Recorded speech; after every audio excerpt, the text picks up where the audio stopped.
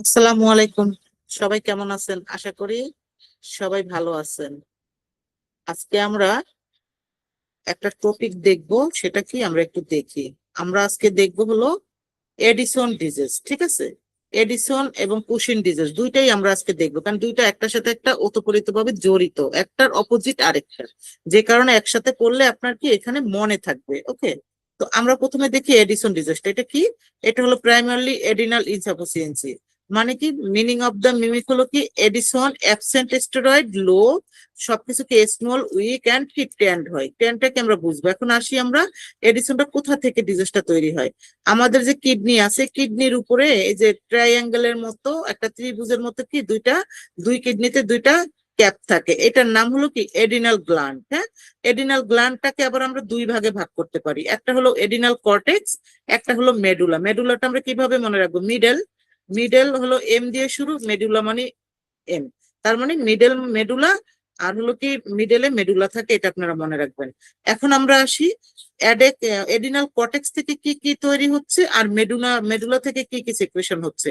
তো যেটা এডিনাল কর্টেক্স, সেখান থেকে আমাদের অ্যালডোস্টেরন হরমোন এটা তৈরি হচ্ছে, তারপরে কর্টিসল তৈরি হচ্ছে, অ্যান্ড্রোজেনাস তৈরি হচ্ছে, মানে এটা সেক্স হরমোন।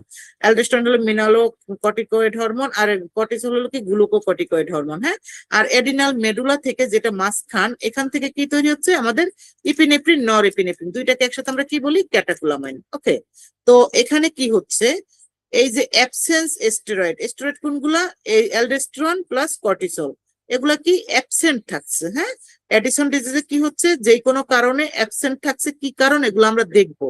তো adrenal gland can not produce enough cortisol and aldosterone, যেই কারণে কি হচ্ছে? লো কর্টিসল হচ্ছে, লো অ্যালডোস্টেরন তৈরি হচ্ছে। এটার জন্য কি হচ্ছে? আমার বডি স্মল হয়ে যাচ্ছে, মানে কি ওয়েট কমে যাচ্ছে, শরীর দুর্বল হয়ে যাচ্ছে, হাইপার পিগমেন্টেশন দেখা দিচ্ছে। ওয়েটটা কি loss, weakness plus hyperpigmentation. হাইপার পিগমেন্টেশনটাই কি ট্যান, ট্যান্ড স্কিন, মানে কোথাও কোথাও কালো হয়ে যাচ্ছে। এটা কেন হচ্ছে আমি বলবো আস্তে আস্তে। হ্যাঁ, এডিসন ডিজিজে ডেফিনেশনটা আমরা যদি দেখি, Addison disease is a condition where the adrenal cortex does not produce enough steroid hormone, mainly cortisol and aldosterone. এগুলো কি এনাফ, যতটুকু আমার বডিতে প্রয়োজন ততটুকু সে কি হরমোনটা প্রডিউস করতে পারছে না, বিদায় এখানে আমার কি এডিসন ক্রাইসিস হচ্ছে। সো কি হচ্ছে? এডিসন ডিজিজ হচ্ছে। ঠিক আছে, কজ কি কি কি কারণে হতে পারে? কিছু অটো ইমিউন ডিস্ট্রাকশনের কারণে হয়, এটা মোস্ট কমন, এটার জন্যই হয়।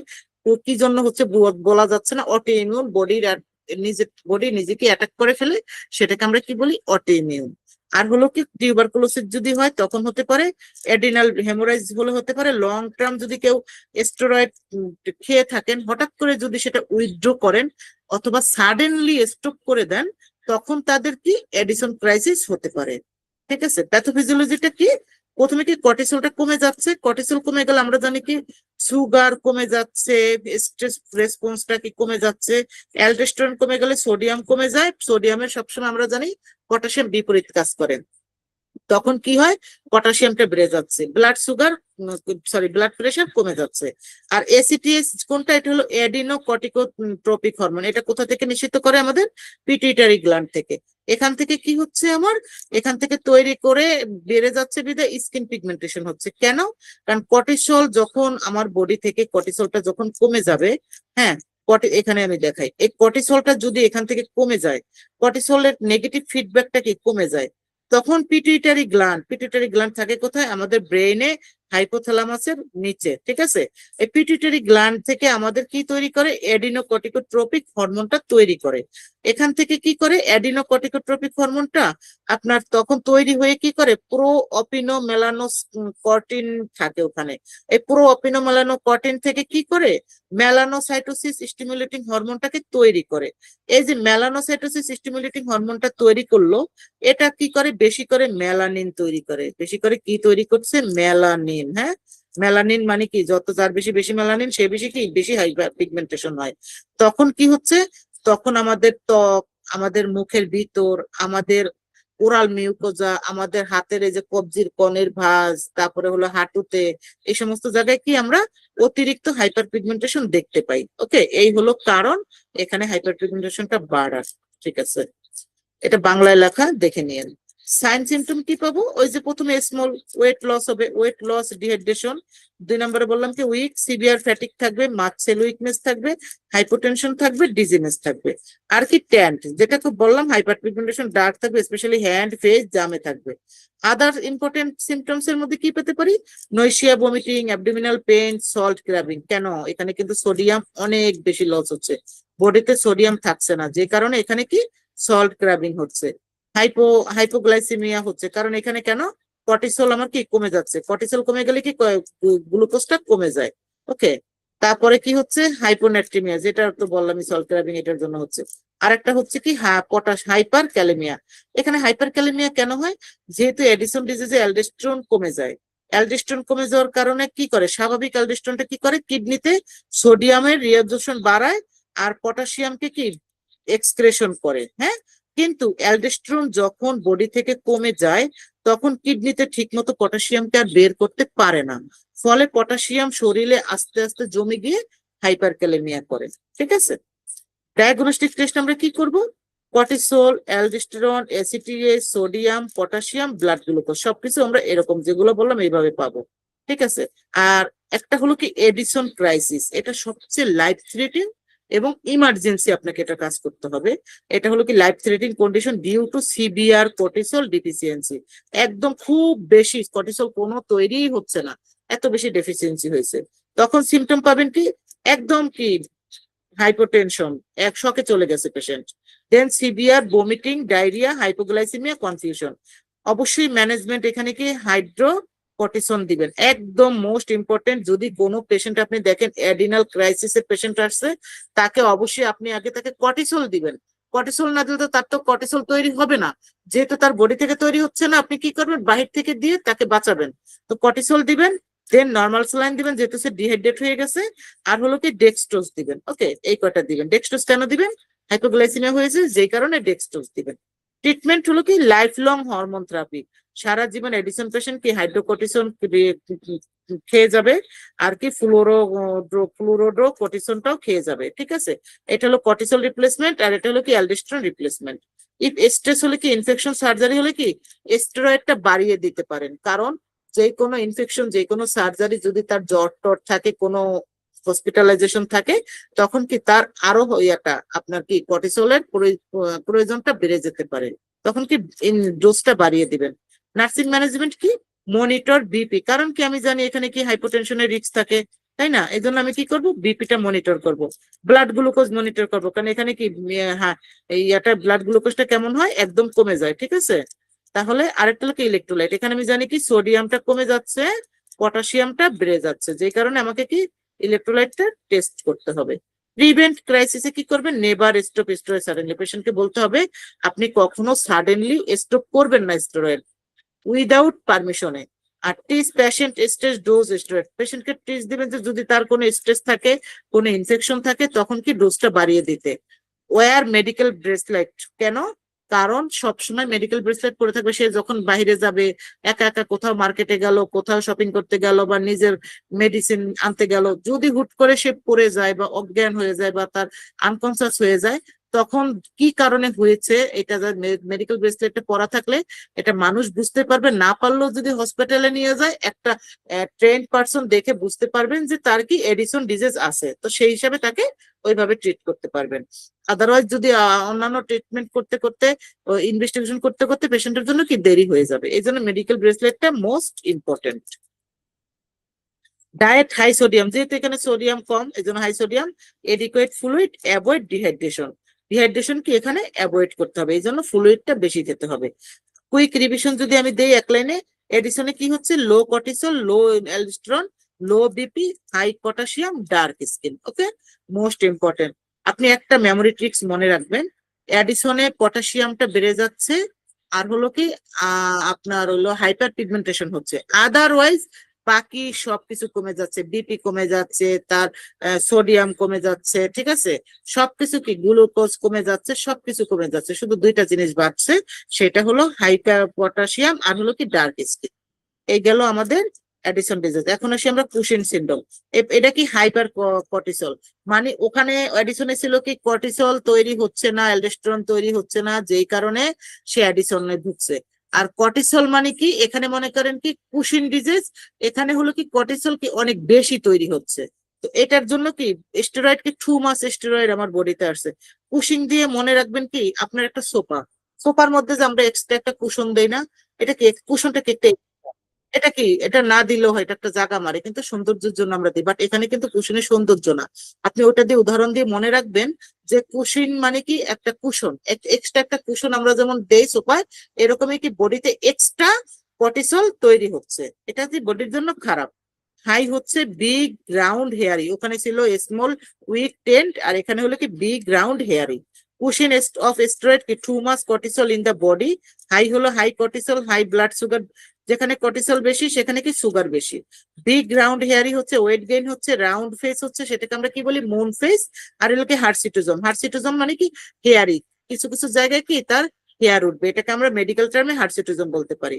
ডেফিনেশন যদি আমরা দেখি, Cushing syndrome is a condition caused by prolonged exposure to high level of cortisol, either from the body, adrenal tumor, pituitary tumor যদি হয়, ACTH ওভার প্রোডাকশন করে পিটুইটারি গ্ল্যান্ড থেকে, from the external steroid therapy, অথবা কেউ যদি external therapy নিয়ে থাকেন তখনও কি কুশিন সিনড্রোম হয়।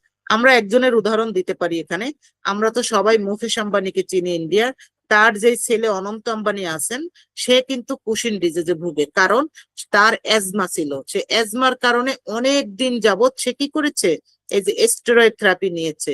স্টেরয়েড থেরাপি নেয়ার কারণে তার বডিতে অনেক বেশি স্টেরয়েড জমে গেছে, যেই কারণে তার কি হয়েছে কুশিন সিনড্রোম ডেভেলপ করছে।